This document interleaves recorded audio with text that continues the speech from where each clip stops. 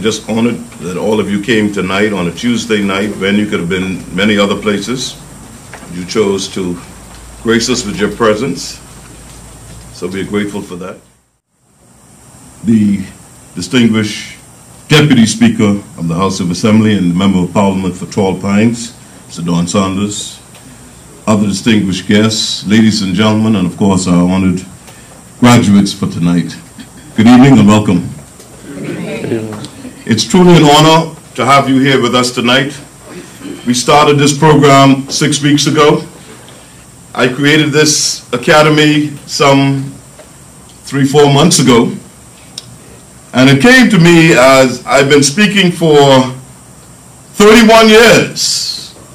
I've given over 5,000 speeches in over 26 foreign countries over my 31-year career as a motivational speaker. And the thought came that I should pass on my knowledge to others, to share it. They said, the only way you get to keep something is if you give it away. So I decided to share it in creating this academy. And this Speakers Academy, our mission is to guide and support speakers so that they feel confident and masterful at each presentation. And our vision here is to become the international trusted experts in developing committed professionals who want to understand and master their presentation skills. That means that we want to give anyone an opportunity who have a burning desire to improve their speaking skills, to give you the opportunity in an encouraging and non-judgmental setting. These graduates bonded over the last 6 weeks. We created a group, and we shared a lot of stuff during the group, during the time. So if you're willing to stand and deliver your very best, then come and join us at the Speakers Academy, and we would be able to nurture you and develop yourselves into great speakers. Now, I also write a column that's picked up by the Caribbean News Now called Mastering Public Speaking. It's also picked up by a South Florida and Caribbean magazine. It goes all over. And from time to time I write different articles on it. But tonight is a very, very special night for me. Unfortunately, my wife could not be here tonight. She's battling.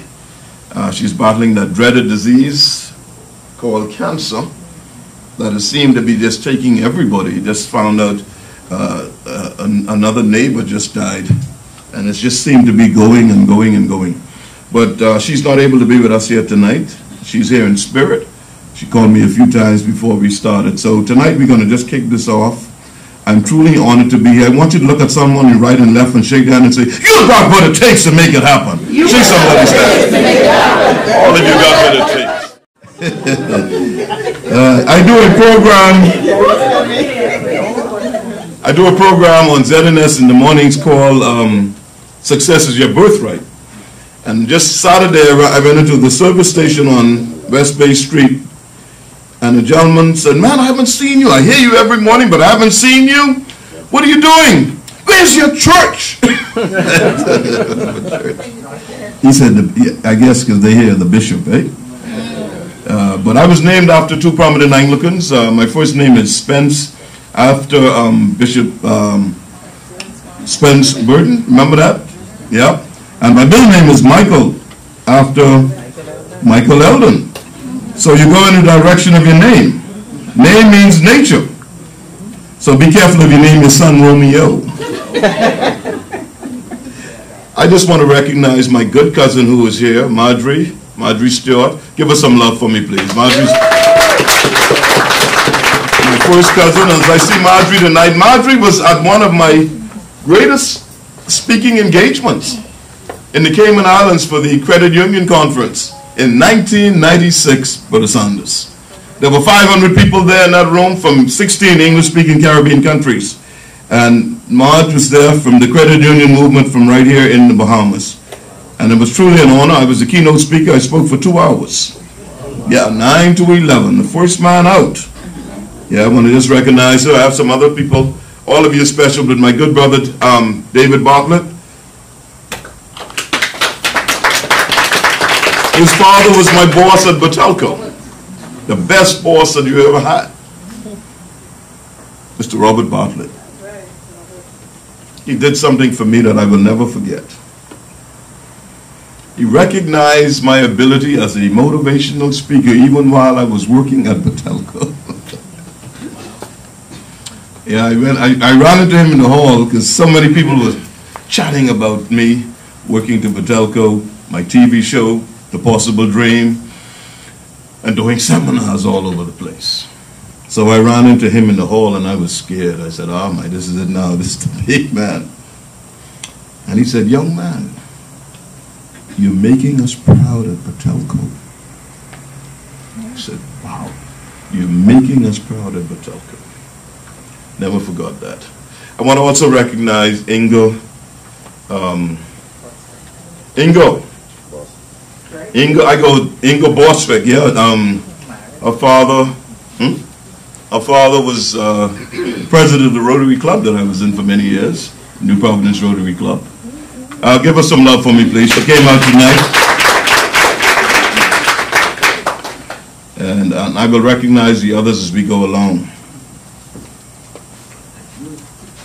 Now, we're coming to that part. We're coming to that part, that good part. All right? You're coming to that good part. Now, I'm going to leave it to these graduates to be who they are tonight. So I'm going to move this out of their way. We've already discussed the lineup. So, and I'm a senior citizen. Yeah, I go in the senior citizen line and people look at me like, what? Yeah. But I'm saying that to say that I could remember who was the very first speaker tonight. I remember that one. So we won't go too far. We're going to go right down in Foxhole at the Urban Renewal. For Sonia, Kemp, come on down!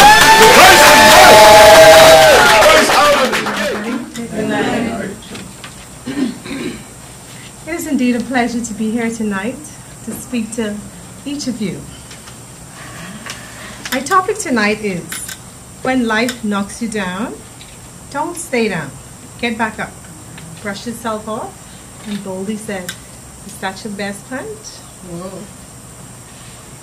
On December 27th, 2013, it's a day that I won't forget. It's a day that every time that day comes around, it always weighs down on me, and it makes me feel really bad. December 27th, it started like every other morning. There was nothing. I woke up that morning, there was no sign saying that something was going to happen today. There was no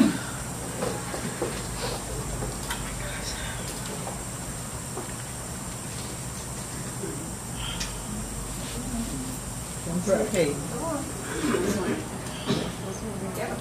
December 27th. I worked in my store until it was about 5:30. And my son, he worked in the store also.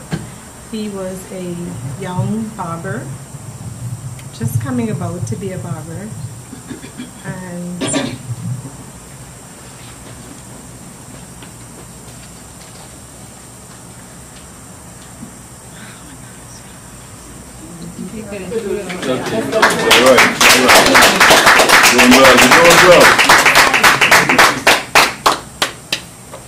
my son, he came to the store at about 5:40, and he said, "Mom, are you cooking today?" And I said, "No, I'm not cooking today." And he said, "Well, can I go to the store and purchase something?" And I said, sure, you can go to the store. I said, but hurry, get back, because the sun will be setting soon, and you know it's going to be the Sabbath, because we are Seventh-day Adventists. So he left and he went to the store, and I locked the store up and I went inside the house. I walked upstairs, and my husband was sitting on the bed, and we started to talk, and I just heard, like gunshots just going off. And I knew something was wrong with my son, but I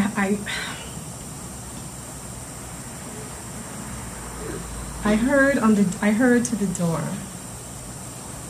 this banging sound on my door, just banging on the door and banging on the door, and I ran down the stairs.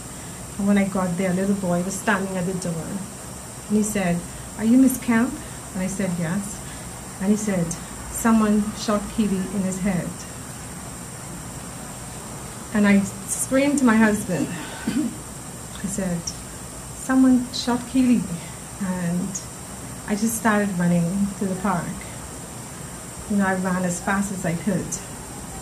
And when I got to the park, I could see well, there were bodies all over the ground because there were 12 persons that got shot that night. But I could see my son just where he was laying on the ground. And I ran to him. And a police officer, he came over and he said, he tried to move me away from him. And I said, "Just let me be with my son." You know, and I went to him and I knelt down next to him and I spoke to him and I said, "Keely, are you okay?" And he tried to talk to me. He tried to say, "Mom, I'm okay." But it was very hard for him. And, you know, just seeing him laying on the ground like that is something that I'll never forget as a mother. When the ambulance came, well, I held on to him until the ambulance came.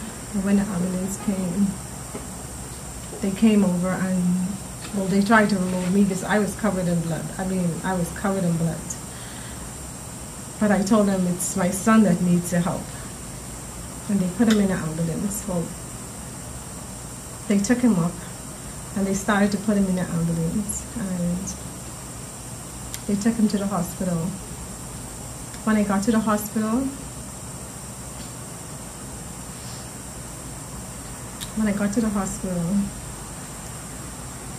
first they wouldn't let me inside the door. I mean, it was closed off. Everything was just locked off. And when they finally let me on the inside, the doctor came and he said, "Are you Shaquille's mom?" And I said, "Yes." And he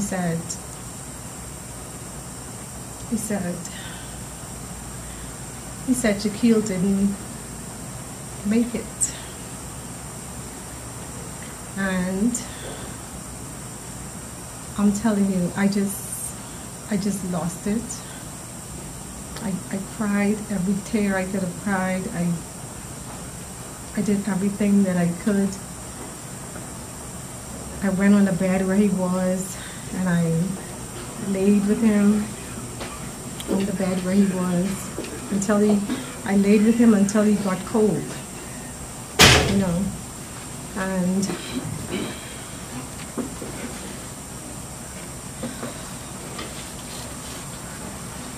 I say all of that to say this, that so many things that happen in your life, so many things that are not planned, so many things that we have, so many things that we would like to do in our lives, you know, but in a flash, it can change. Your life can be turned upside down in a flash. And it doesn't matter who you are. It doesn't matter. Like me, I live a pretty good life. You know, my children, they didn't even know Shaquille lived in the corner. Most of them didn't even know. I drop my children everywhere. They don't walk in the streets. They don't. My daughter was Miss Teen Bahamas. My son, he ran away to play basketball, and everybody was on track. And not until that horrible thing happened, that opened my eyes to know that your life can change in a flash. Don't think that what you have now it can prevent death from coming to you, because it can't. You know, life has knocked me down many times. Many times life has knocked me down, but every time it knocks me down, I get up, I brush myself off, and I say, "Is that your best punch?" Thank you. Urban renewal. Wow, awesome, awesome. You know, I first was introduced to Sonia and her husband from that incident. I didn't know them before, but I remember seeing them on the news on the park that night. And you know, the book of Job says, "Man born of a woman has a short time to live and a life full of troubles." I'd like to recognize Genevieve, sitting over there, Claudina's mom. Give her a round of applause for him, please. Former high-ranking executive at National Insurance, who's taking a break now, who's working now with her brother, who is the former Prime Minister of the Commonwealth of the Bahamas, Hubert Alexander Ingram. So that's Genevieve there. We'll just recognize her. All the way from, in the early days, from Clark Lane. And speaking of Genevieve, what we're going to do now, we're going to go to one of Genevieve's byproducts, the lovely Claudina. Give us some love as she comes. For strength that I might achieve, I was made weak that I might learn humbly to obey. I asked for health that I may do great things. I was given infirmity that I may do better things. I asked for riches that I may be happy. I was given poverty that I may be wise. I asked for power that I may have the praise of men. I was given weakness that I may feel the need of God. I asked for all things that I might enjoy life. I was given life that I may enjoy all things. I got nothing I had asked for, but everything I had hoped for. Almost despite myself, my unspoken prayers were answered. I am among all men most richly blessed. This source of wisdom and profound insight is known as the blessings of unanswered prayers, and are the words of an unknown Confederate soldier who possibly fought in the American Civil War. Ladies and gentlemen, standing on established protocol, a pleasant good evening. Good evening. I am delighted to bring remarks on the topic of vision is the key component. You must be able to see yourself succeeding during your valley experiences. What is vision? One site describes vision as the ability to think about or plan the future with imagination or wisdom. I'd like to say that your vision must never be separated from your faith or belief system. It is impossible for your vision to come to pass without a bit of faith. Here's why. Your valley experiences or your low points are necessary, purposeful, and is often the iron that is sharpening you for the next season in your life. When you have proven worthy of your vision, would you believe me if I told you that your valley experiences are qualifying you for great vision? Do you believe it is the price of success? And would you also believe me if I said that valley experiences are only temporary, and that it is not the valley that we fear, but the duration of our valley state? At some point, we all recall having a valley experience or presently going through one and looking to the heavens for perseverance to rise above and sail through adversity. Sadly, adversity is something we can expect throughout life. Valley experiences manifest in many forms. For example, illnesses, financial crisis, death of loved ones, job-related issues, and spiritual battles. Tonight, I would like to share with you how you can use your vision and faith to help you get through your valley experiences and help you to understand the importance of valley experiences. Here are some ways to see yourself through. Firstly, you must hold on to your vision. Surround yourself with visionary people, people who will encourage you and who would have been where you are and want to share their experience and method of success. Surround yourself with people who have a similar value system, who are heading in the direction as you are. Secondly, maintain an attitude of gratitude. The Apostle Paul, through his examples, reminds us that in the midst of great adversity, we should remain thankful and filled with joy. Remember, God will not bestow more blessings on you if you are not prepared for the blessings and if you are unable to appreciate them. Trials and tribulations reminds us that while things may not appear good, there is still so much for us to be grateful for. Thirdly, remain content in your current season. Be patient. Find solace in the things to come. Cling to your faith. Pray for perseverance to fight and discernment to choose your battles. We all have vision of self-actualization, but until you have proven that you are prepared and worthy of the mountaintop, the valley will be your home. The valley will help you to build character and will define who you are as a person. The truth is, you don't know who you are until you know who you are not. The valley will teach you perseverance. If you are meant for greatness and your purpose and vision are connected to success, it will be hard for you to find comfort in the valley. Often, it is at the lowest point that we find an additional source of perseverance. Our valley experience may be the darkest time in our lives, but it is also where we pay the price for success, build perseverance and character, and often where we test and prove our faith. It is in this place where we meet God. I leave with you some words of a song written by one of our famous songwriters, Yolanda Adams. Sometimes I'm troubled, but not is despair. Struggling, I make my way through. Trials, they come to make me strong. I must endure, I must hold on. Yet still I rise. Never to give up, never to give in against all odds. Yet still I rise. High above the clouds. At times I feel low. Yet still I rise. Thank you. Whoa, whoa, wow.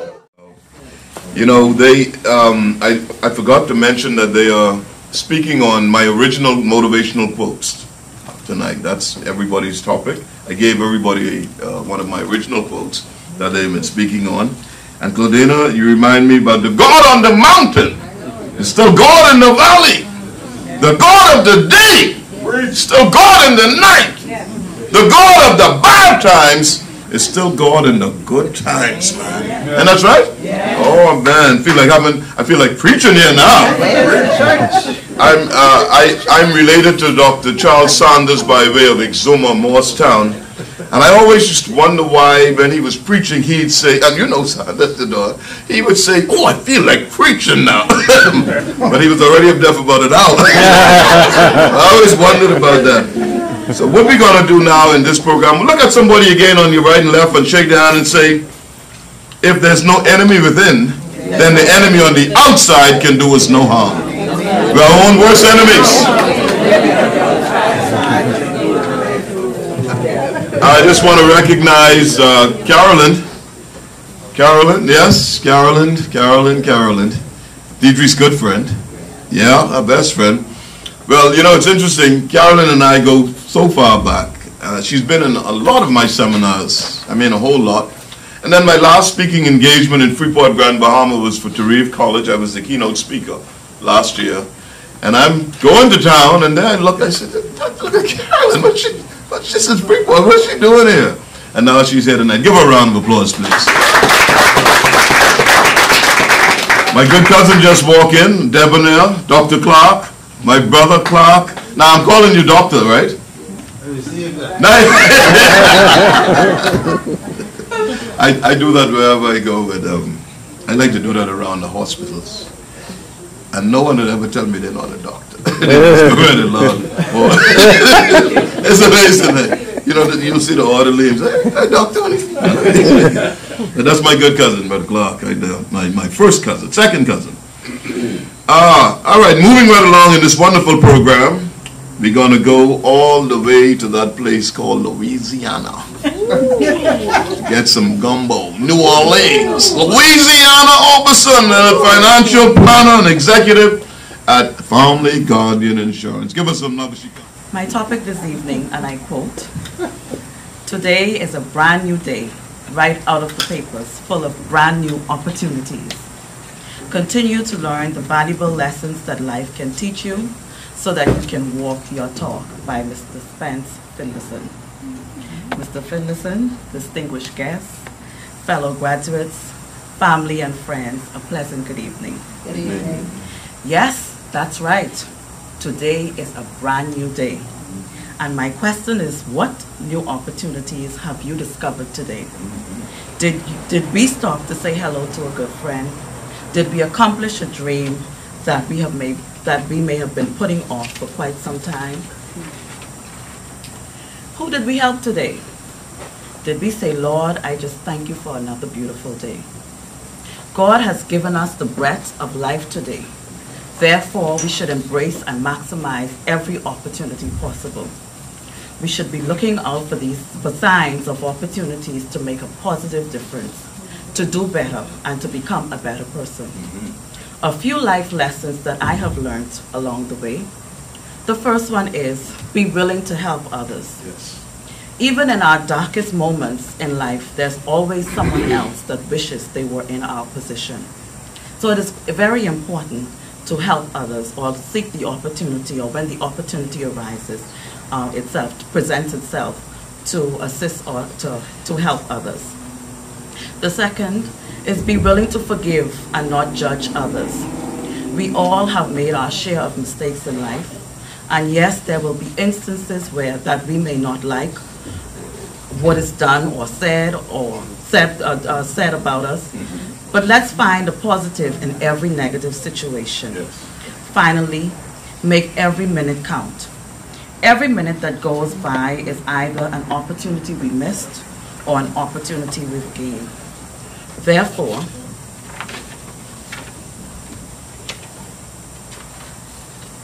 we should not waste our valuable time, especially on matters that will not make a difference. Let us learn to use our time wisely. In conclusion, on this day, we are given new opportunities to make a positive difference, either in our personal lives or the lives of others. Life teaches us valuable lessons.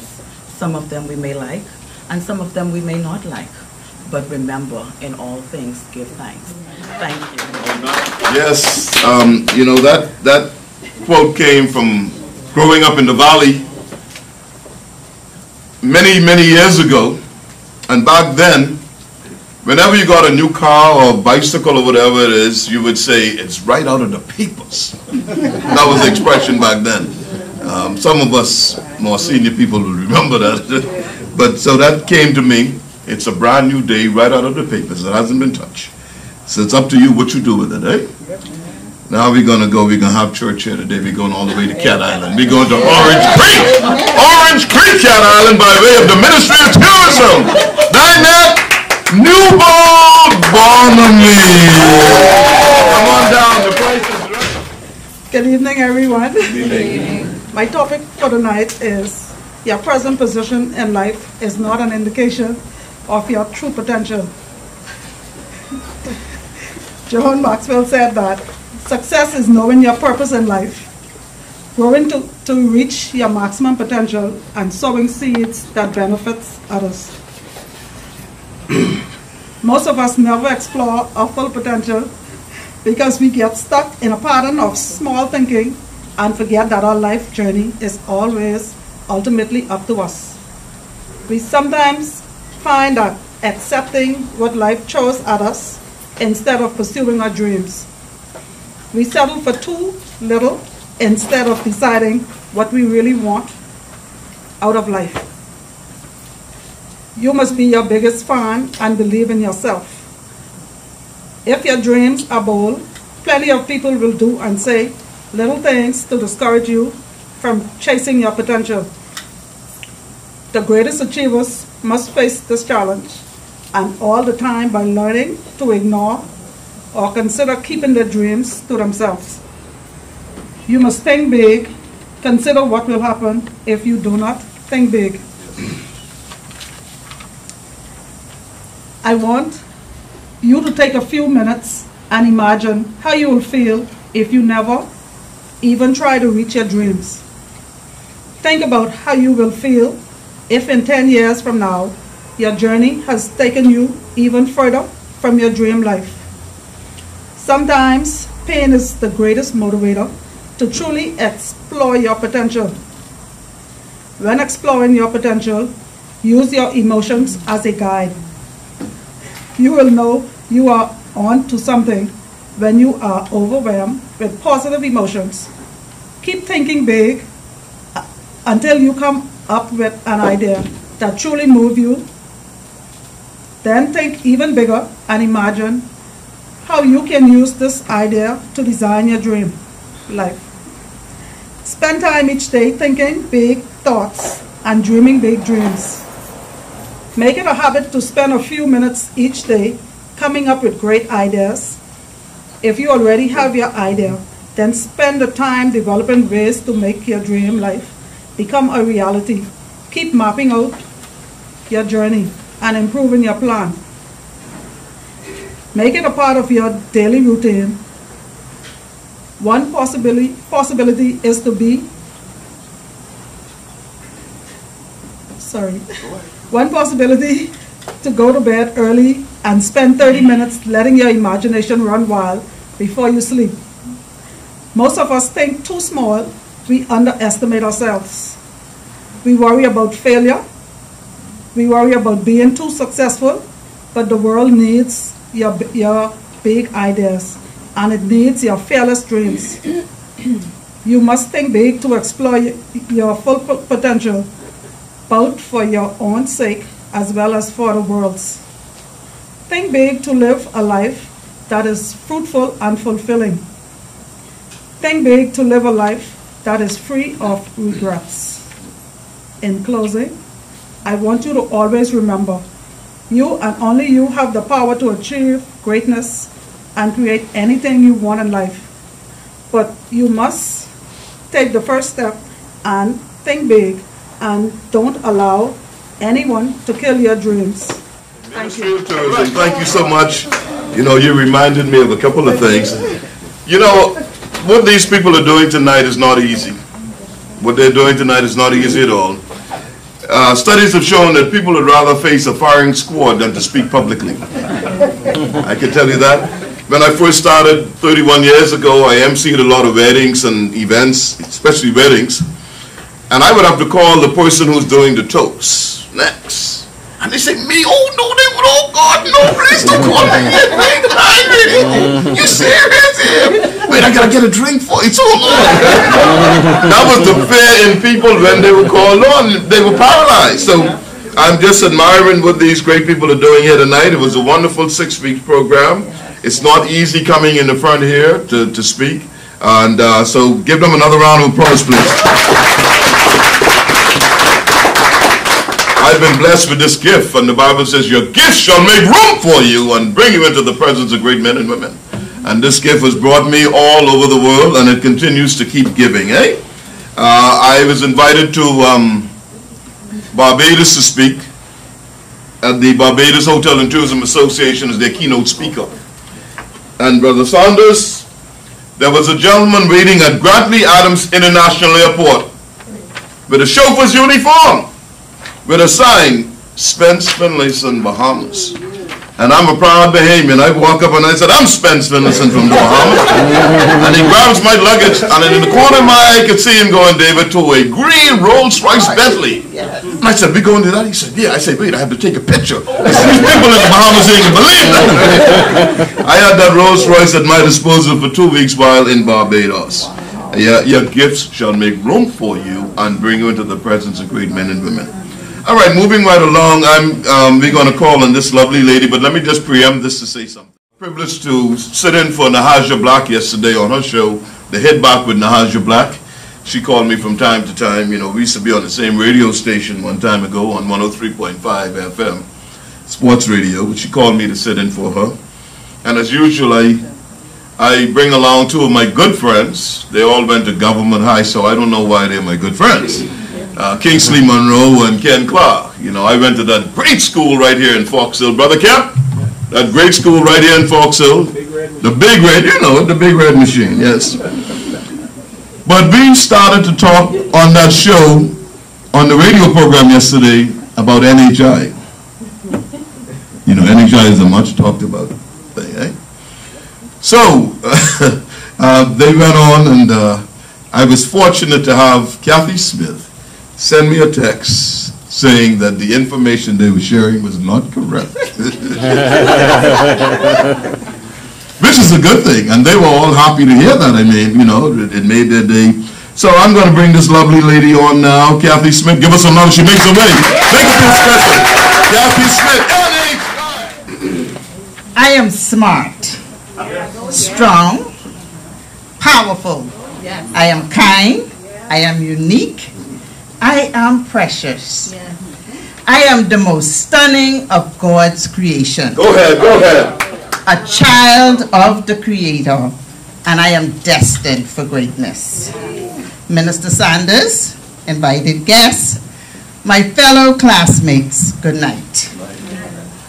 Pastor Miles Monroe said in one of his many sermons, "No human being on earth is a mistake.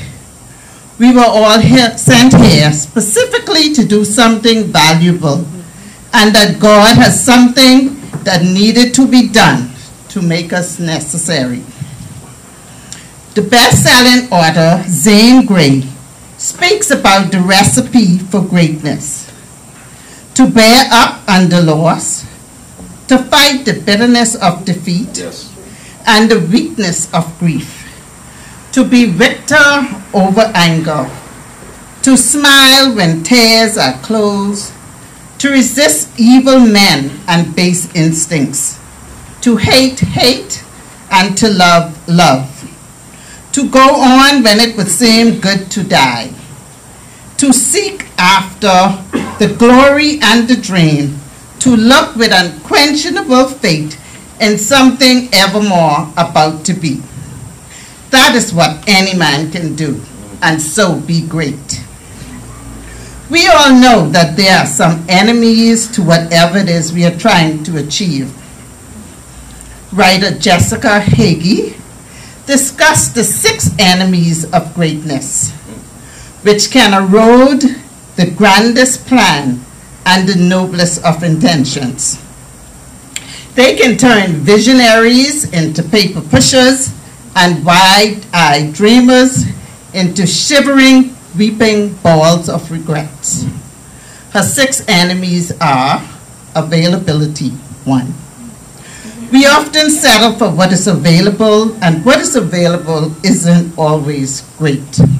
An example, fast food. Ignorance. If we don't know how to make something great, we simply won't if we don't know that greatness is possible. We won't bother attempting it. 3, committees. Nothing destroys a great idea faster than a mandatory consensus. Comfort. Why pursue greatness when you've got 324 channels and a recliner? 5, momentous. If you have been doing what you have been doing for years and it's not so great, you are in a rut.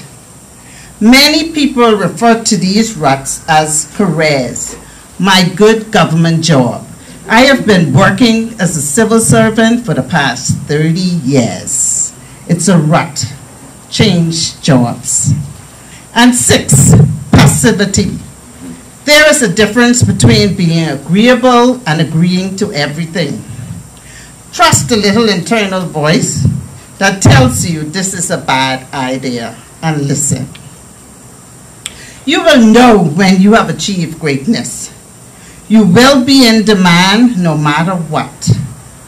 Some persons we have considered great achievers are Barack Obama, first black president of the United States, Colin Powell, first black Secretary of State for the United States, Mae Jemison, first black female astronaut. And you know you must have achieved greatness when you do not have to use your surname, Oprah, just to name a few. As you step into greatness, Mark chapter 10 and verse 43 reads, and I quote, "Whosoever wants to be great must become a servant. You must serve your community. You must serve your country like the good minister, and be obedient and servant to your Creator." There are many civil organizations that persons can join right here in our country. We have the Heart Foundation, the Red Cross, Kiwanis, Toastmasters, and last but not least, Rotary, whose mantra is service above self. We as human beings and the world define greatness in terms of the 4 P's: possession, power, prestige, and position.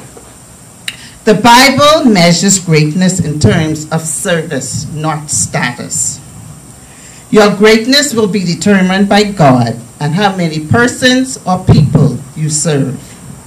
The great Bob Marley said that the greatest of a man is not how much wealth he acquires, but in his integrity and his ability to affect those around him positively. Luke chapter 1 and 15 reads, "For he shall be great in the sight of the Lord, and shall drink neither wine or strong drink, and he shall be filled with the Holy Ghost, even from his mother's womb." You are destined for greatness from the very moment you was conceived. You must know who you are and be of service to come into the purpose of the Creator, to be great. This is not something some great scientist invented.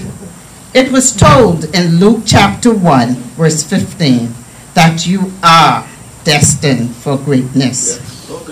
Steve Jobs, co-founder of Microsoft, said, "I want to put a ding in the universe. The greatest thing you can do in life is to leave a lasting legacy. Greatness lies inside each one of us. Our duty is to harness it and use it for good." Finally, what is real and what is lasting is who I am. I am smart, kind, powerful, unique. I am a child of the Creator, and I am destined for greatness. Thank you. All right, you know, we had a wonderful time during the 6 weeks here, just fellowshipping.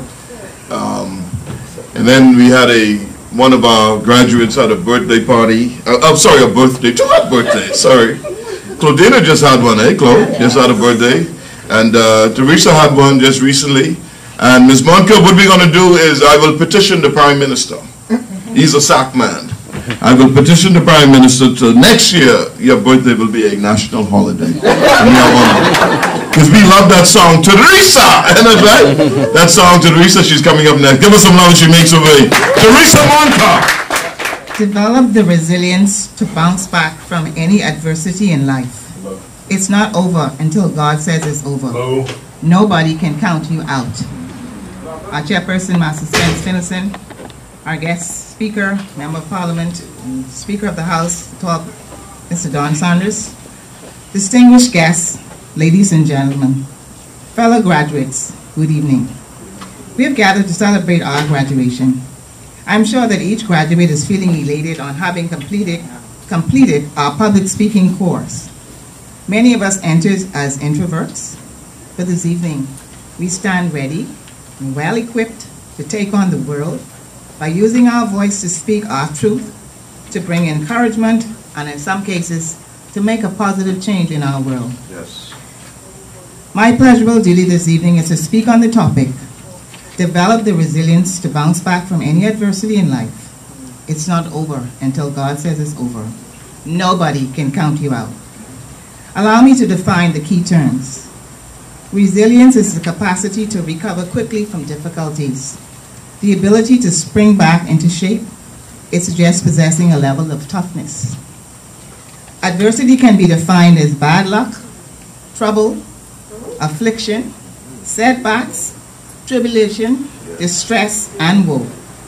William Arthur said, and I quote, "Adversity causes some men to break, others to break records," end of quote. Only the mind can heal the harm the mind created. 2 Corinthians chapter 4, verse 8 says, "We are pressed on every side by troubles, but we are never crushed. We are perplexed, but not driven to despair." Winston Churchill said, and I quote, "We shall fight battles on the beaches. We shall fight in the hills. We shall never surrender." Life can be described as a roller coaster ride. It has its ups and its downs, its moments of sorrow, and it has its joys. As much as we would want a perfect life, unfortunately, that is impossible. We could exchange places with them because things always seem good for plenty people, but only if we knew. The difference between a person who seems to always be on top of the world and one who is constantly depressed is the ability of the former to rise above the challenges without losing hope. Problems are inevitable. You have them, and I have them. Whatever then is the key to bouncing back from life's adversities. May I suggest that a dependence on God should be high on our list? God, our creator and sustainer, knew us even before we were in our mother's wombs. He is the Alpha and the Omega, the first and the last. Nothing we experience in life comes as a surprise to him. So when we face obstacles, we should first lay them at his feet. Having the faith that God will come to our aid is paramount in developing the resilience to bounce back. Adversity is the fuel for greatness. The second ingredient is being optimistic. We need to have a positive mindset. No matter how daunting the obstacle, we should look at it through the eyes of faith and say, "Yes, I can." We know the saying, the pessimist sees the glass as being half empty, while the optimist sees it as being half full. What do you see when you look at your glass? We have heard the quote, "Roses," which is attributed to Alfonso Carr, and I quote, "Some people are always grumbling because roses have thorns. I am thankful that thorns have roses," end quote. Yes, we always need to be optimistic. Most resilient people don't do it alone. In fact, they don't even try. One of the standard research is that people who cope well with adversity, if they don't have a strong family support system, are able to ask for help or recruit others to help them. This is true for children and adults. Resilient adults, for instance, are far more likely to talk to friends and even co-workers about events in their lives. When others speak words that we do not welcome, words of disagreement, criticism, or dismissal, it is easy to respond in anger, especially in high-pressure situations.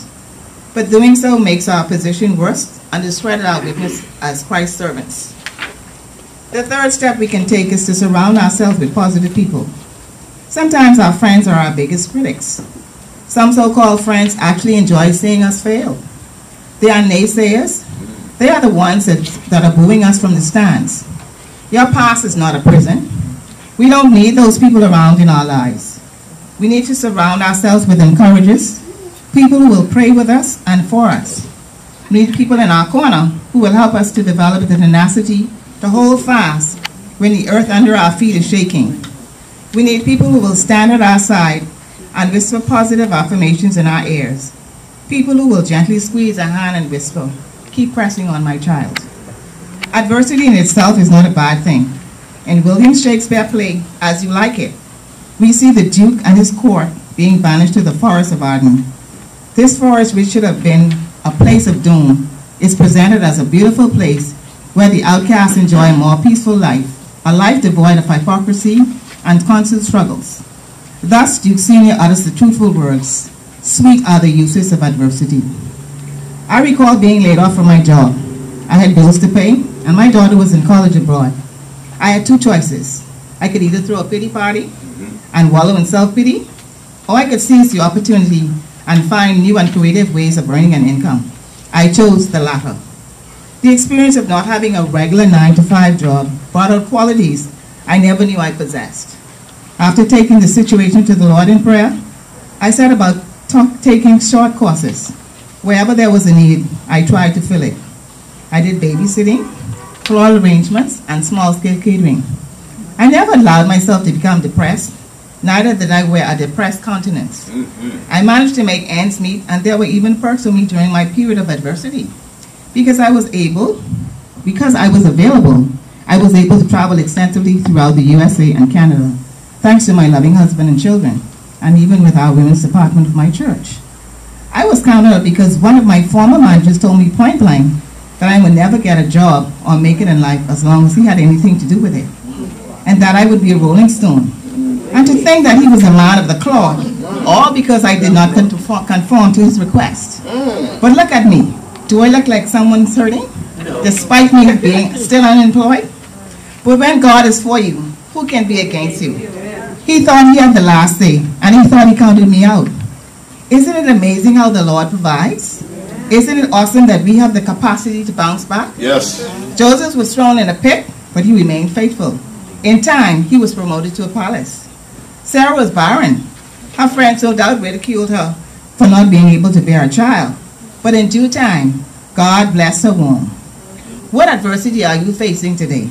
Is it weighing you down like a ton of bricks? Or is it constricting you as a noose around your neck? Are your friends and neighbors making sport of you, causing you to hang your head in shame? I'm here to witness, to encourage you not to get despondent. The Negro spiritual reminds us that trouble don't last always. Amen. Let your adversity become your stepping stone. Let it develop your patience, your tenacity, your courage, and your wisdom. No human being gave you life, so no one can tell you when to call it quits. That's right. Your future is in the hands of the Almighty God, your Creator. Joseph Campani said, battles come, but God is there. Accept His love, even if you can't feel it at the moment. All trials are not the reason to give up, but a challenge to improve ourselves. Our pain is not an excuse to back out, but an inspiration to bounce back. Strength doesn't come from what you can do. It comes from overcoming the things you thought you couldn't. When life places you with two walls in your path, we have two choices. We can beat our head against it, or we can figure a way to go around it. They deceived you. It's not over. You can bounce back. Just when the caterpillar thought his world was ending, he turned into a beautiful butterfly. When adversity knocks, go boldly in faith and meet it head on. The author Jody Pickles reminds us that human capacity for burdens is like bamboo, far more flexible than you can ever believe at first glance. So as I take my seat, I remind you with confidence, develop the resilience to bounce back from any adversity in life. It's not over until God said it's over.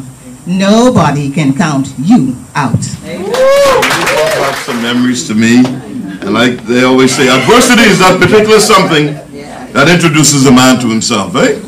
And I'm gonna share something now. You just brought it out of me, Theresa, and about this God we talk about. I've shared it with you before, but I'm gonna share it with a wider audience. You see, I don't just believe God, I know God. All right? I'll just share part of this very quickly right now on faith. Because faith is the oil that takes the friction out of living. When you have faith, it will allow you to turn the liabilities into assets, stumbling blocks into stepping stones. When you have faith, your load may get heavy, but your knees won't buckle. You may get knocked down, but you won't be knocked out. Give somebody a round of applause. But I want to just say this on faith. In 1993, I left the Bahamas after speaking at a convention here of a party, political party. And my first stop was the Cayman Islands, and those people took me in with open arms. It's ironic. I just called them the other day. A friend wanted to hook up with Cayman TV. And the lady said, Mr. Spence, what do I owe the pleasure of this call? And I haven't been in Cayman for a while, but I didn't have a credit card when I left here to go out, because there was a fiasco after that convention. The party was holding the convention lost after 25 years. So I had to make my way out. I would be bold and go to the managers of those hotels and introduce myself. My name is Spence Finlayson. I'm a motivational speaker from the Bahamas. I'm going to be at your hotel for 30 days. I will pay you what I owe you at the end. And they all said yes. So Cousin Marge, I'm in these people's hotel eating breakfast, lunch, and dinner. Room service, no money in my pocket. But the fact that at the end I would make some money from my seminar, pay the hotel bill, and bring a few dollars home. And God always brought me through. But one time in Grenada, he frightened me. I was at the Rex Grenadian Hotel in St. George's, Grenada, and I was already there for 28 days, David. And I only had 2 persons registered for my seminar. And I was eating breakfast, lunch, and dinner, room service. And I'm a praying man. I got down in my hotel room and I prayed to God. I said, God, I'm in trouble. I've been here 28 days. I only have 2 persons registered. That can't pay any of the bill. I need help, God. I need help. That's how I talked to God. And as I got up off my knees, the telephone rang in my room and I grabbed it. It's a great day. That's how I answered my phone. And the lady on the next end, they called me Mrs. Spence in the Caribbean. She said, Mr. Spence? I said, yes, ma'am. I straightened up because she was very official. I said, my name is Jillian Friday. I'm the Human Resources Manager for Grenada Telecommunications Company, a cable and wireless company. We would like to know if you have space for 19 persons. I said, one moment, ma'am, I have to check. Cousin, you know you can't let him look at that. You don't show that. Hey, that's not a Finlayson trait. You don't show that. No. So after that, I run around the room and praise God and thank God. I regained my composure and I went to the phone and I said, yes, ma'am, I think we could squeeze them in. But the God that I serve always comes true. He's an on-time God. And Theresa reminded me of that in her presentation just now. So moving along in this program, man, you know, I did an impromptu presentation to these people. Caught them off guard, as the old people say, eh? Caught them unawares. They came in and thinking it was going to be a regular class. And then it was Valentine coming up. And I asked them to just come to the front and speak on Valentine. What does Valentine mean to you? And is it very commercialized? And this gentleman coming up next, man, he should write Hallmark cards. Roses are red. I mean, he was just going on. I ain't gonna steal his thunder. Gary Greenslade, come on. Let's go on. So before I open, my portfolio, Brother Spence, I'm a praying man also, yes, but I've never been in that situation. So I trust that my faith would also bring me through, yes, and God will strive with me also. Yes, but I will ask him to remind me about you, yes, when I do face that type of thing. And without further ado, ladies and gentlemen, distinguished guests, Bishop of Motivation, Mr. Spence Finlayson, guest speaker, fellow graduates, ladies and gentlemen, the young gentleman sitting here as well, good evening. Good evening.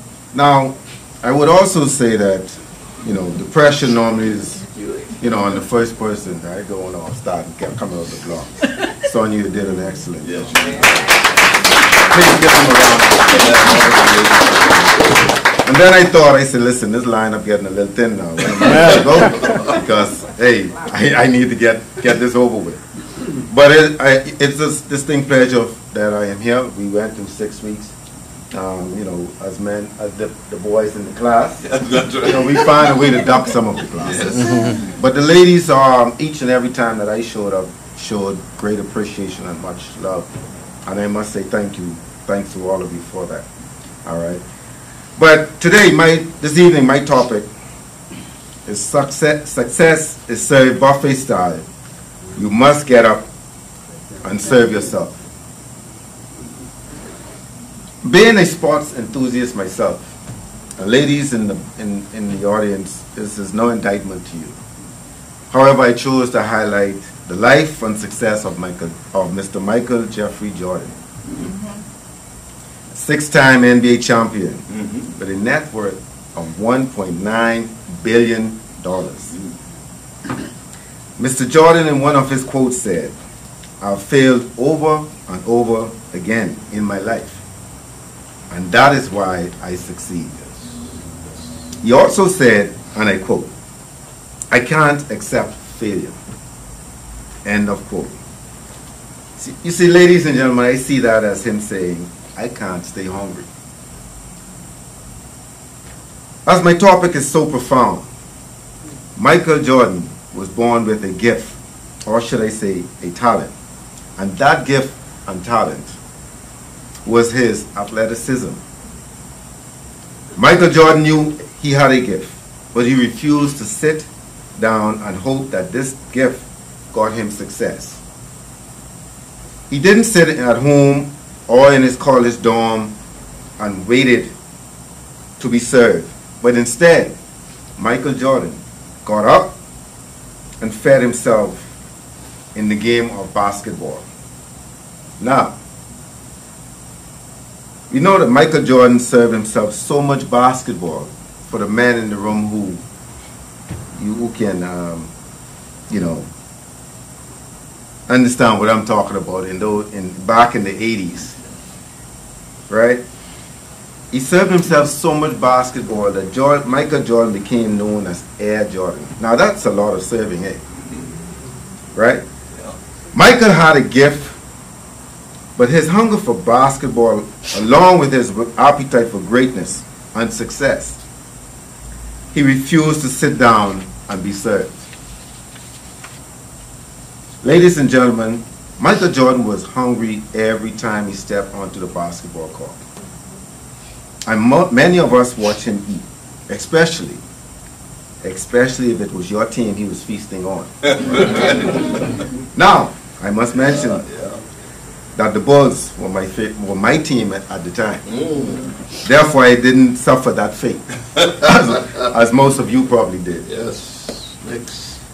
Michael Jordan and his Chicago Bulls went to the playoffs 3 times in the late 80s. And if I may say, he was on the buffet line at this time, just feasting on his appetizer. And the reason I say that is, once he got to the main course, which were the NBA Finals, Michael Jordan ate six big meals. 6, ladies and gentlemen, known as the NBA championship. He obtained 6 championship rings. That was his meal. That was his meal, main course. So I would say Michael Jordan had the biggest appetite on the buffet line. He was the biggest eater, period. Michael Air Jordan, like many other successful persons, some of whom are in this room as I speak, they feed their hunger. But I'm certain they didn't enjoy everything they added to their plate. But point is, they went back on the buffet line and continued to serve themselves. And now, Michael Air Jordan, billions of dollars later, is enjoying his dessert called retirement. And as I conclude, I say, get up, ladies and gentlemen. Serve yourself, because success is like a buffet. You must get up and feed yourself. Thank you, and may God bless you, and good luck. Good stuff, man. Give him some more love. Gary Greenslade. And now, we're gonna go to Mangrove Key. We're going home. Yeah, Mangrove Key. In the house. My great Aunt Veste. My great Aunt Veste from on the hill. The lovely Deidre Clark Maycock. Give us some love as she comes. Good evening. Honorable Donald Saunders, Master Motivator Spence Finlayson, our guest and my fellow graduates. Good evening again. My topic is, you must take charge of your life. Stop blaming others for your situation. You are the master of your destiny. Yes. The captain of your ship, the pilot of your Learjet, and the director of your movie, of the movie of your life. You are in charge of your life. Stop the blame game. Your destiny is in your hands. Your ship has set sail. Is it rudderless? Ladies and gentlemen, again, good evening. All of us in this life have choices. We can choose to sit on the bench of blame, blaming everyone but ourselves for how our life has turned out. Or we can step up to the plate and make a positive difference in our lives without regrets. I saw a post this morning on Facebook that reminded me that on your way to greatness, you will have issues. Yes. Yes, issues, my friends. Life is full of them. But it is how we approach these issues in our lives that determines where we end up. This evening, I wish to tell you to take charge of your life. Be content with the decision that you've made. And last of all, be happy. Jeremiah 29 verse 11 declares, the Lord declares, I know the plan I have for you, a plan to prosper you and not to harm you, plans to give you hope and a future. This refers to each and every one of us here today. Our future is to be successful, to be productive members of this great country of ours, and at large the world, and most of all, to be happy. This is all possible. How many of you honestly believe that this is possible? Happiness. If your answer is yes, I want to say that you're on the road, and give yourself an applause. But if you're not sure, I want to remind you of whose you are, and to remind you that excelling in life is all possible with the help and guidance of the Lord Jesus Christ and some supportive folks at your bidding. So how are we going to be successful in this life? First, let's take control of our life. Yes, only you can do this. I can help, but it is up to you to make the decisions, to make that choice, to say, I will do it. And you can start where you are and with what you have. Yes. Isn't that right, Brother Spence? Yes, that's right. I often tell my children, and yes, I have 11 of them. Nieces and nephews, of course. It is not where you start, but it is where you end up. So just start. I reflect on my life. I was one of those stubborn children, always wanting to do what I wanted to do and not what I was told to do. My father wanted me to be an attorney. In my introduction, the Master Motivator did not indicate that I was an attorney. I am an attorney by profession. So, Office of the Attorney General. He wanted me to study law straight out of high school. But being the disobedient child that I was, I went to school, but I did everything else but study law. So, then I went to university, and I finally, at the age of 45, I enrolled myself into law school to obtain my law degree, because at that point in my life, I was ready. I had a long and slow start towards my dream goal, but did it at the end. Ladies and gentlemen, my mantra is that I live by is whether I am faced with adversities or blessings throughout my 50+ years on this earth, is that I can do anything through Christ who strengthens me. I know the plan God has for me. Yes. God's plan was eventually realized. I'm sure some of us have been told that we won't amount to anything. I know I have. And for some reason, the object of our frustration comes from persons we look up to. Yes, someone we admire. But I am here to tell you that when there are those who sow negative seeds in our lives, there will be those who've been put into our lives to sow positive seeds. And I ask you to follow those persons. When there are negative voices trying to chart our course in the wrong direction, there will be those there to offer encouragement, such as a Spence Finlayson, a Kathy Smith, a Theresa looking good.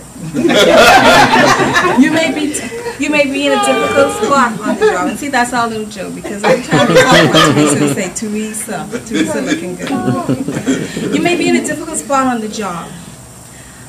I repeat, stay focused on the plan God has for you. Don't blame the boss. Don't blame the supervisor. Don't blame that person in the office who you think don't like you. Focus on the Word of God. I know the plan I have for you. Every day we will have issues and setbacks, but a positive attitude to strive is what is important in life. For your life goals, invite God to help you with your and His plan, because He's the ultimate planner. Find a day to sit in a quiet spot and work on your plan. Yes. Put your plan in motion. Nothing ventured, nothing gained. You know, only you are responsible for executing your plan. If your plan has some bumps, learn from these bumps. Every experience is a learning experience. Secondly, be happy with the decision that you've made. Choose not to blame, but embrace your decision like there is no other decision. Chart your own course with the decision made. Once you've made that decision, you need to live by it. My movie is taking shape. Yes. And a star is being born. Yes. Amen. You know, once we have made a decision, there's no going back, despite what the naysayers say. For some of us, the naysayers can be our meanest critics. They will say things to start putting doubt into this being, into our minds, into our psyche. This can result in us not doing what we should do or accomplishing what we should in life. We're not perfect, and the Bible tells me so, that I am not perfect. Perhaps what is being said is true, and we need to focus. But the first step is recognizing our faults, Yes. recognizing our weakness, and moving on. We are taking charge of our life and can get into a pity party. After all, no one is perfect.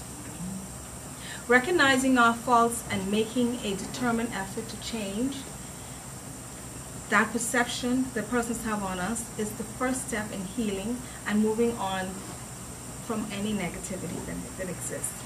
Negativity can keep you from accomplishing your goals in life and being happy with it. I am told I'm a grouchy person, and I now create opportunities as often as I can to ensure that my family experience the new me. Or rather, my attempts at being the new me, by organizing family events at least once a month. We have fun taking pictures and memorializing these events. Yes. And they see me at my greatest. I still get criticized, but I choose to acknowledge my faults and move on to my happy place. I have pirated MV motor vessel Clark and have appointed myself the captain to steering my family into greatness, and I enjoy my decision. Thirdly, After you've taken control of your life, enjoy it. Oftentimes we have accomplished so much in life, but we still worry. Worry whether people think we are too important. Hell yes. I've worked hard not to think that I'm not important. Enjoy life. Take your trips. You've worked hard for it. Wear the finest clothes. You've sacrificed for it. Yes. Stop and smell the roses of life, my friends. Many do not live to enjoy the life God has given them. And then there are those who are working hard and don't want to enjoy life because they have to pay the bills. The light bill will still be there even when we are gone. Amen. We should seize every moment and work our purpose out. I guarantee you that at the end of the day, you will be better off. Find some silver lining, even if it's to get us to meet new people like I have done in these last 6 weeks. Develop ourselves. We all need improvement. Or gain knowledge that no one can take from us. Our attitude towards our situation is how we deal with it. From today, let us write our names in the annals of history. I, Deirdre Clark Maycock, am the director of my life. I will be successful in the eyes of me and God. Will you join me? As I would like you to repeat after me. I, you can put your name in the middle. I am the director of my life. I'm the director of my life. I will be successful in the eyes of God. Successful in the eyes of God. And myself. And myself. Thank you. You may say I'm preachy tonight, but it's my honest belief that even my presence here in the seminar, it is God's divine plan. I now know how to prepare a speech. I now am getting over the fear of speaking in front of people. And I've met friends who I trust. I will keep in touch. We can at the end of the day, we can either take the lemons that we have and make lemonade, or eat it just so. I choose to make lemonade because God knows the plan He has for me. A plan to prosper me and to give me hope. We are indeed the master of our destiny. We do not need to blame anyone for our shortcomings, our failures. And with God's help, we will succeed. God's plan to prosper me and not to harm me. A plan He has for each and every one of us here today. Amen. Plan to give us hope and a future. I know I'm not living my best life yet because I'm still striving for greatness. I dare to be great. But I know one thing. I am the director of my life. Cameras, lights, action. Let the show begin. All right. Wow. My good cousin, formerly the Registrar General and now at the Office of the Attorney General. Excellent. Give us some more love. Give us some more love. All right. Now we go to another treat. I've known this man for some time. As a matter of fact, I've had the privilege of hosting him on my radio show quite some time leading up to the general election. I had a show called the Round Table of Greatness, where I had a PLP, an F&M, a DNA, and a maybe, or an independent. The designated F&M gentleman who started the ball decided he was going to come off the show. And I had to call the Free National Movement headquarters to get someone to share the F&M's point of view. It had to be fair and balanced, right, Kathy? Yes, sir. And so I was delighted when they appointed Mr. Don Saunders to come on, and he was there every Friday. one of his most memorable battles on the show, if I can share this before you go. We had a caller from Tall Pines call the show, and he asked me, Finlayson, what you have this man on there saying? What do you have this man on there saying on this radio? That was none other than at the time, the current MP for Tall Pines, Leslie Osborne Miller. So I allowed Mr. Miller and Mr. Sanders to have a go at it for 10 minutes on air. I didn't tell them to go to a commercial, and they just went back and forth for 10 minutes. My respect grew for Don Sanders right then. He was matching Leslie Miller word for word. He wasn't backing down, and that's the kind of man he is. The Member of Parliament for Tall Pines, and I know his father, and Don spent some time in Exuma. He's an Anglican like myself. Yeah, he's a big-time Anglican. I think he worships out in Life at Key. Oh, he's a big time. Yeah, he's a big-time. He worships at that church that I've only passed by. You know, I'm at the cathedral on Wolf Road, St. Barnabas Anglican Church. But I grew up in the cathedral in the valley called St. George's. But I bring on a great man who is the Deputy Speaker, and I think he had the reins all for himself just recently as the Speaker of the House of Assembly. So without further ado, let's give this man some love as he comes. It's always a pleasure when I have an opportunity to hang out. I like to say hang out with great Bahamians, but especially great Bahamians like the master motivator himself, Spence Finlayson. Thank you, sir. Spence Finlayson is a very good friend of my father. And as he said a few seconds ago, when I was invited to his show, I felt as if I had arrived. Everybody knows about the great bishop, the motivator, and I was like, I'm going on Spence's show. But I went, and interestingly, he spoke to you about that particular instant when the former member of Parliament, I like to say that, the former member of Parliament for Tall Pines, we're not going to talk politics, I'm called in because, in fact, Bishop, that was maybe one of my most interesting moments on radio, and I did have a lot of interesting moments on radio. Yes. But I say that to start off this discussion, to show you, all of you, not only our great graduates, that every success begins with a dream. Yes, sir. And no matter what anybody says to you, you keep striving. Every single Bahamian except me, my mother, my wife, and my kids, and my twin brother, and maybe a couple of my people who worked with me in Tall Pines thought that I was going to get the beat out of me in Tall Pines. Leslie is the greatest that I'll accept. I said, I'm the greatest. I'm going to be a better MP. Yes, sir. Yes, sir. And I don't care what anybody says. I stuck with it. My colleagues supported me. Until Spence gave that example of when he had to go to Cayman Islands, I still don't know what your politics is. But you do look good in red, I must say. Thank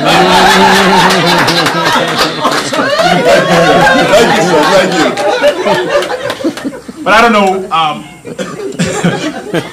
I had to put that in there. But I just say that to say to all of our graduates today that stick in there and use every opportunity you have, especially the skills that you've gained during your 6 weeks program. Use those skills to grow and build yourselves. And as a result, build this Commonwealth of the Bahamas. So I want to start off by saying congratulations. Congratulations. Turn to that person next to you and say congratulations. You guys just did something that most of us who graduated never had an opportunity to do. And speak at our own graduation. So take that as a wonderful starting stone. Yes, sir. And take that as a jump start to greatness. I think that's one of your favorite. Yes, sir. Greatness. Yes, sir. And all of us will have an opportunity to do something great in life. Not all of us will be politicians. Not all of us will be motivational speakers. Not all of us will be lawyers and doctors and NIB officials and so forth. But whatever we do, we will have an opportunity to do something great. And so use this opportunity as you have mastered or in the process of mastering the art of public speaking to do well and to improve on it. I want to start by saying that public speaking, and I was told that my presentation is supposed to be geared around the importance of public speaking. That's a very broad topic to speak on. But I wanted to narrow that down really to give you some advice, firstly on how you could move forward in this new journey, and secondly then to speak about how beneficial public speaking could be for you in the future. Now, we all know that communication is the backbone of our society. Communication is the backbone of our society. If you're a big church member, when you go to church, you want your priest, you want your pastor to be able to communicate the word of the Lord. Yes, sir. And do so effectively. If you go to work, you want your boss to be able to communicate whatever duties and responsibilities you have. If you go on the streets, you want the police or whoever's on the street to be able to communicate effectively how to properly and safely use the streets.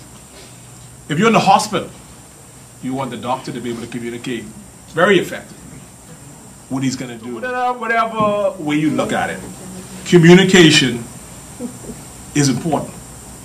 It's the backbone of society. It helps us, it allows us to connect. We were able to connect with these graduates this evening by listening to each and every one of their stories. I was very surprised that they would have that opportunity. Yes. But even from the first speaker, she was able to communicate how she felt during that very horrific, sad time in her life. And I know we all was able to connect in some way. Something happened in our lives. You know, we heard about vision and how that could connect in some way in our lives where we thought about the goals and aspirations we had. And we've been able to connect to succeed in those goals. It also allows us to influence decisions. I'm going to speak to that a little bit more later, but it allows us to influence decisions. And it motivates us. It motivates us. Communication motivates us. Now, why should all of us become better speakers? Why should we become better speakers? Those 3 points I raised a few seconds ago are key. But how do we become better speakers? I know you spent 6 weeks grappling that same very topic. I was a Toastmaster. I'm a graduate of Ellen Coakley High School in Exuma. I went to St. Francis, and I was supposed to go to the Great SAC, but God made it that I ended up going to Exuma. Graduated from Ellen Coakley. Morstown, Exuma. And every opportunity I had, I was in the JA. I was president of the student union, or the student government. I became head boy when I graduated, and every opportunity I had, wasn't the greatest speaker, but every opportunity I had, I spoke. I went on to I came to the College of the Bahamas, had a great time there, was vice president of COBAS. Every opportunity I had, I spoke. Yes. Went on to University of the West Indies and University of York in Canada, and I joined the debating society there. Spoke every opportunity I had. Traveled around Canada on debating teams. Came back to the UE, and to do my final year, I went to York on exchange for a year. Joined IBM leadership program there. Had opportunities to speak. That was one of the greatest things happened to me there. I was matched. I always wanted to be a politician and a lawyer. I was studying political science at UE then. And they matched me with the aide of the Prime Minister of Barbados, then Owen Arthur. Owen Arthur. Right Honorable Owen Arthur. Good man. He would have been Prime Minister around those days when you had to leave the Bahamas at 92. Yes, he was. But I had an opportunity to visit his office and to hear him speak. And I said, well, when I grow up, I want to be like him. Hubert Ingram, the Right Honorable Hubert Ingram was Prime Minister, but everyone has their style. I like the Bayesian Prime Minister's style, and so that was great. That was an opportunity. I came back and I went to law school in England and Leeds University and joined the mooting team. My learned friend would know when you study law, you have an opportunity to get engaged in moots. Moots are basically mock trials students do. And in England, you would know that there are barristers and there are solicitors. The solicitors would do most of the in-house work, the corporate work. Barristers are the ones who would go out to court and be advocates for people. And in the Bahamas, we have a few systems, so you have an opportunity to be a solicitor and a barrister in one. But in England, because I had to select, well, in the Bahamas, you have to become a barrister. That even caused me even more to want to enhance and better my speaking skills, because I know as a lawyer you would have to be able to represent people and communicate the law, communicate your client's case or his side of the case. And so I took advantage of that opportunity to engage in moots all around England, international moots in London, and representing my university. I was a law student representative, Lincoln's Inn student representative, engaged in speeches and seminars for years. I say that to say, I don't merely say that for you to think that I want to praise myself, but I say that to put in our graduates' minds and all of you as guests that public speaking is an ongoing process. Yes, yes, sir. It doesn't end here. It only, for some of us, it begins here. And so when Spence calls, I asked my wife, what should I speak about? Should I speak about yourself? You talk too much. I met you talking, I'm going to leave you talking. I said, no, baby, I speak, I don't talk. But getting back to the serious point though, I say that to say that it's a process. And we can never stop learning and never stop taking advantage of opportunities to speak. So when I'm sure you were taught to write your speech, obviously to prepare by doing your research, and then always have that opportunity to be able to practice. I don't know how your journey began. I know I was able to witness along with your family and friends what the end product is. And I know that if we come back here again, I don't know if there's a second phase to this course, but I'm sure if we come back here again, you're going to be amazed by how much experience could make a person so much better. So when I come back again, you see graduates at the next level. I want to be even more wowed. I want to be even more motivated. Yes, sir. To hear them in the halls of Parliament. I want to be more motivated to hear them giving conferences at NIB. Yes, yes. I want to be even more motivated to hear them giving conferences at these various organizations where these graduates work. Yes, sir. Because yes, I know sir. this is only a stepping stone. Yes, sir. Yes, sir. But practice. Don't be afraid.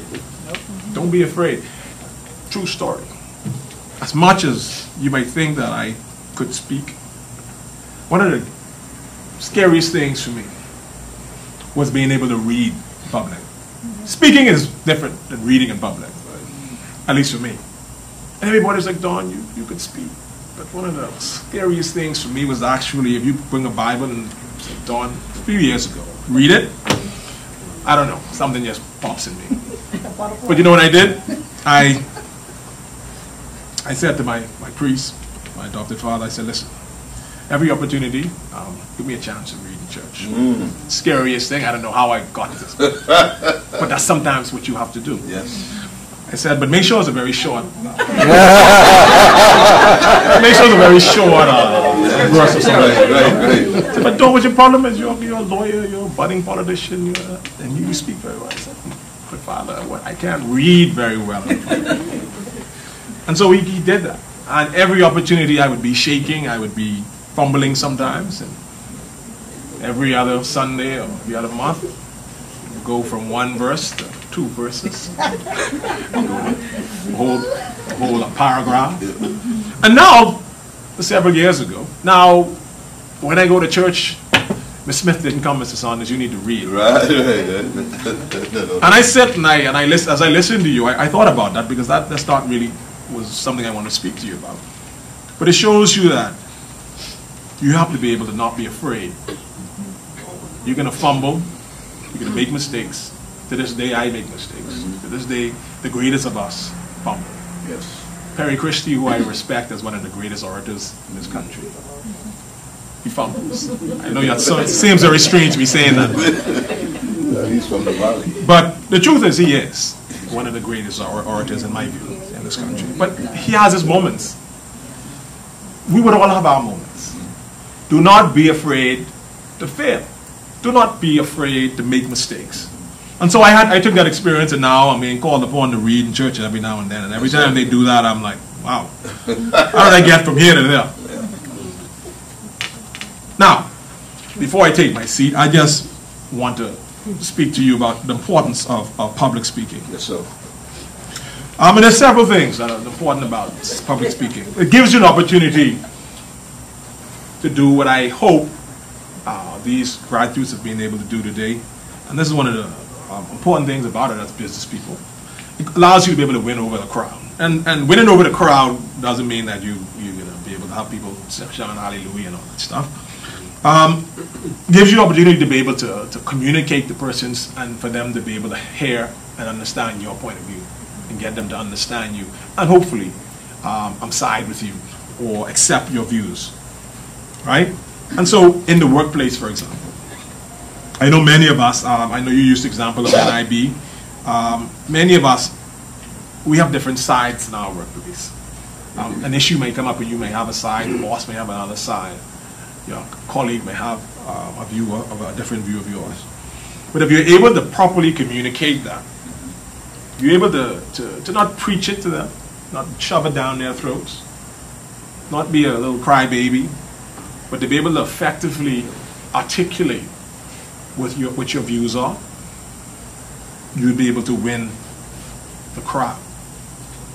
And that's one of the great benefits of public speaking. Secondly, you'll be able to be in a position, again, to motivate people. Yes, sir.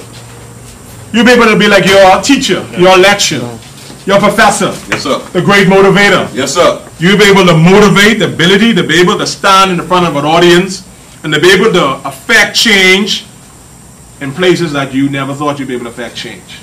Every opportunity I have to speak and I've been called, thank you very much, I've been called some great things. I've been called a minister, been called a speaker. I don't know if you're speaking great things upon me, I was definitely a speaker. But the speaker and we often get together and we always talk about one of the great things that we want to accomplish. We want to modernize the political system, the parliamentary system in the Bahamas. We have one of the oldest parliament system in the Bahamas, but yet, in our view, we still operate archaic. We still need improvements in our parliamentary system. And so the speaker and I have decided to champion the cause to give the speaker more autonomy, to be able to modernize IT and communications in Parliament, and how we generate and how we share information, etc. And so, whenever I have an opportunity to speak in Parliament, one of the things I always do is I take that opportunity to try to motivate my fellow colleagues. Yes, sir. Motivate them to understand the importance of that particular goal that the speaker and I have. And if you're able to communicate, you're going to be able to motivate them to do so. Yes, sir. And if you watch Parliament, if you know Parliament, that's a hard place to try to motivate some people. Notwithstanding the fact that we have the great numbers, it's a hard task. But if you're able to commit to it, to understand your abilities and your goals, then public speaking will be able to grant you that ability. Yes, sir. Obviously, it gives you an opportunity to inform, to share your knowledge. All of us have information in our minds, in our hearts, in our souls that we could share to make somebody else better, to make an organization better, to make your country better. And so if you have that opportunity to be able to speak, to be a public speaker, you have that opportunity to be able to inform, share that knowledge. That's so very important. I think that third point is pretty much, to me, public speaking is a tool. Yes. All of us, I think the gentleman, he spoke about Michael Jordan. Yes. And how Michael Jordan ate, slept, drank, whatever, basketball. Yep. Right? That's what you have to be able to do. You see, you have to be able to take this opportunity to use this particular skill. Michael Jordan had the skill of basketball. Now you now have the skill of public speaking. Use that opportunity, every opportunity you have, to try and form persons, Yes, to try to educate persons. So when you go to your church and the Sunday school is having, I'm a Sunday school teacher, by the way. Oh. Sunday school teacher. They always miss that when they do my introductions. Sorry. To be able to use this opportunity now to say to your priest, your pastor, your bishop, I want to be able to speak to the young people about what the gospel was today. And every opportunity and when you do that, you find that you will be sharpening your skills. You'll be not only be learning about the Bible, which is very, very important, but you'll be able to sharpen your own personal skills in public speaking. And to be able to use some of your experiences to help those young people. Like using some of the biblical values and teachings and your own personal experience. That's why I say informing persons is a very valuable tool and why public speaking is so important. But I want to end by saying this to you today. We live in a very small country. Everybody is someone's cousin. Everybody is someone's brother or sister. Notwithstanding our political colors and our religious, denominational differences, we live in a small country. And if you want to be an agent for change in this country, you have to be able to stand up on the soapbox sometimes in your church, your school, in your workplace, and to be able to say, I have something important to say that I think is going to make a change. Not only in my life, but the lives of all Bahamians. By extension, the world. Take this opportunity today. Take this opportunity that you've had, that many of us in this room may not have that opportunity. I went to Toastmasters and I gave you my experience about my voyage and training and public speaking. But take this opportunity to build on it, but to build on it for better Bahamas. Better Bahamas. Yes, sir. Better Bahamas. Everything you do, think about, I'm going to be able to be a better communicator to build a better Bahamas. And if you build a better Bahamas, you'll be building a better you, my little friend. If you build a better Bahamas, you'll be building a better grandchild. Who said that they have 11 children? 11 kind of. Thought we stopped doing that. But if you build a better Bahamas, you'll be able to build a better society for all of us to live in. And so, this opportunity that you took, this opportunity that I know that you will continue to build on, is a stepping stone in your life. I'm telling you, that's going to only make you stronger. That's only going to make you hungrier to do great things. And so Spence Finlayson, the great motivational speaker, when I grow up, I want to be like you. I want to be like you. I'm going to tell Daddy I want to be like you. I'm going to end on this point, though. My daughter she goes to SAC. Oh, okay. She likes track and field. She was a CRIFT athlete. Smart girl. She was a silver medalist in the last CRIFT. Oh, yeah, smart girl. Every opportunity I have, I say, Danielle. This is Edna's Bahamas. I'm here with Danielle Saunders. How was your race today? Like, Danielle, you can't say that if Edna's come in your face. You can't say that if CNN or ESPN come in your face. I said, you have to be able to speak. If you want to be this next superstar track athlete in the Bahamas, in the world, you have to be on top of your game. Right. My son is the head boy, primary head boy of St. John's, and he's in the primary school student of the year competition, and he's preparing. They're doing one of their booklets and stuff, and so I did the same thing there. He's 11. I said, Don Saunders, you've just won the primary school student of the year. How do you feel?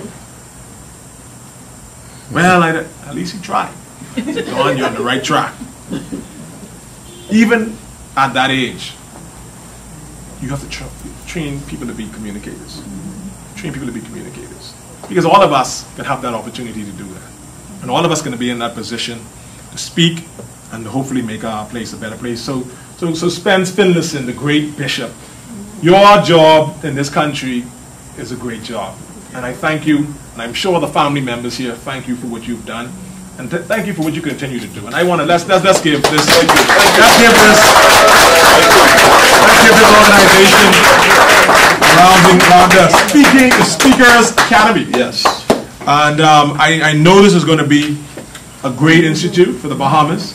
And you know, Spence, you can call me anytime. Thank you, man. I'll be more than happy to come in and assist and to share whatever limited knowledge I have with your graduates in the future. Ladies and gentlemen, I must say that it's a pleasure being here today, and it's a pleasure just sharing with you guys. And I want to, again, congratulate our new graduates. Let's help me congratulate our graduates. Thank you very much, and congratulations. Yes, we want to just thank him for giving us our charge on public speaking and for us to encourage us to go forward and not just let it be here tonight. And so we want to thank you very much for that. Thank you very much. Thank you so much. Thank you, my brother. Appreciate that. Great job. On behalf of your second group of public speakers, we just like to take the opportunity to thank you for our 6 weeks being here and for all that you've shared with us, and especially with the impromptu speeches that we all had to give. It was butterflies and flies and everything else, but we thank you for that opportunity that you gave us. And so tonight, we want to present you just with a little small token of appreciation to show our love for that which you have allowed us to complete. Okay. Thank you so much. Appreciate you. As I say, Theresa, I really appreciate you because I know you have a very busy schedule.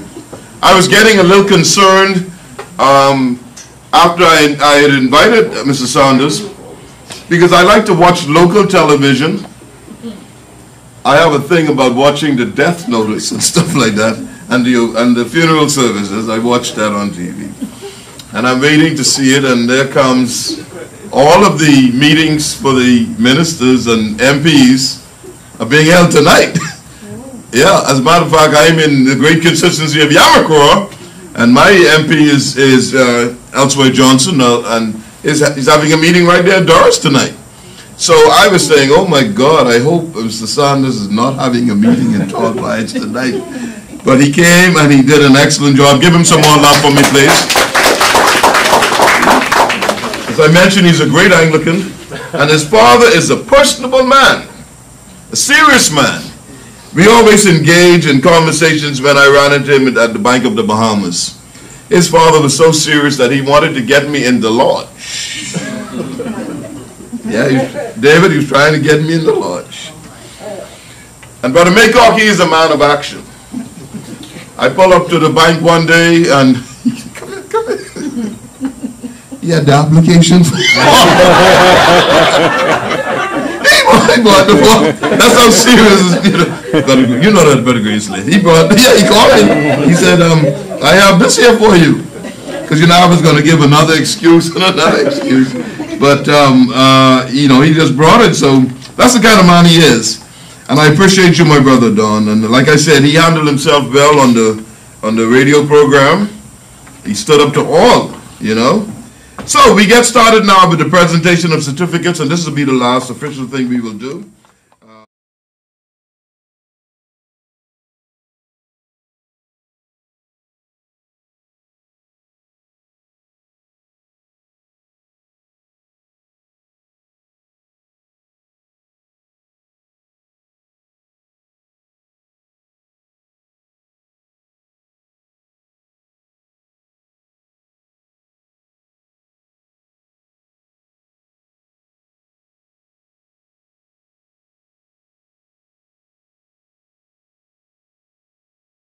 So we've come to basically the end of this part of the program. I just want you to have one of these. This just tells you a little bit about this academy. You can always hit me up. I'm always on social media. I want to thank you all for being here tonight. God said, build a better world. The world is so large and complicated now, there's nothing I can do. But God in all his wisdom said, just build a better you. I leave you with something from my friend Les Brown. And they likened me to Les Brown when I first started in this business. I had a full beard back in the day, but the older you get, the more hair you cut off, right? Yeah, you have to cut it off, right? So I had to, yeah, I cut mine off. Actually, I grew the beard to look older when I was a night manager at Paradise Island Hotel. I had employees older than me, so I wanted to look a little bit more mature, so I grew a full beard. But they still could tell me they knew more things than I ever knew. But Les Brown came to town to speak for AT&T, and he invited me to watch his presentation, to sit up front. I sat up front, and when he was finished, we were walking back to his suite at the Royal Towers, and he said, Motivator, you think you can do that? I said, I could do that better than you, Les. He said, no. I said, I could do it better than you. So I have permission to use this. There's no plagiarism. This is how he closed, and I have permission from him. He was married to Gladys Knight from Gladys Knight and the Pips. No, he didn't get married to the Pips now, he only was married to Gladys. But he said, if you want a thing in life bad enough to go out and fight for it, to work day and night for it, to give up your time, your peace, and your sleep for it, and if all that you dream and scheme is about it, and if life seems useless and worthless without it, and if you got to be sweat for it, and fret for it, and plan for it, and lose all your terror of the opposition for it, if you simply go after the thing that you want with all of your capacity, stern hope and stern pertinacity, if dogged and grim, you besiege and beset it, with the help of God, you'll get it. Go forth. God bless you all. Thank you.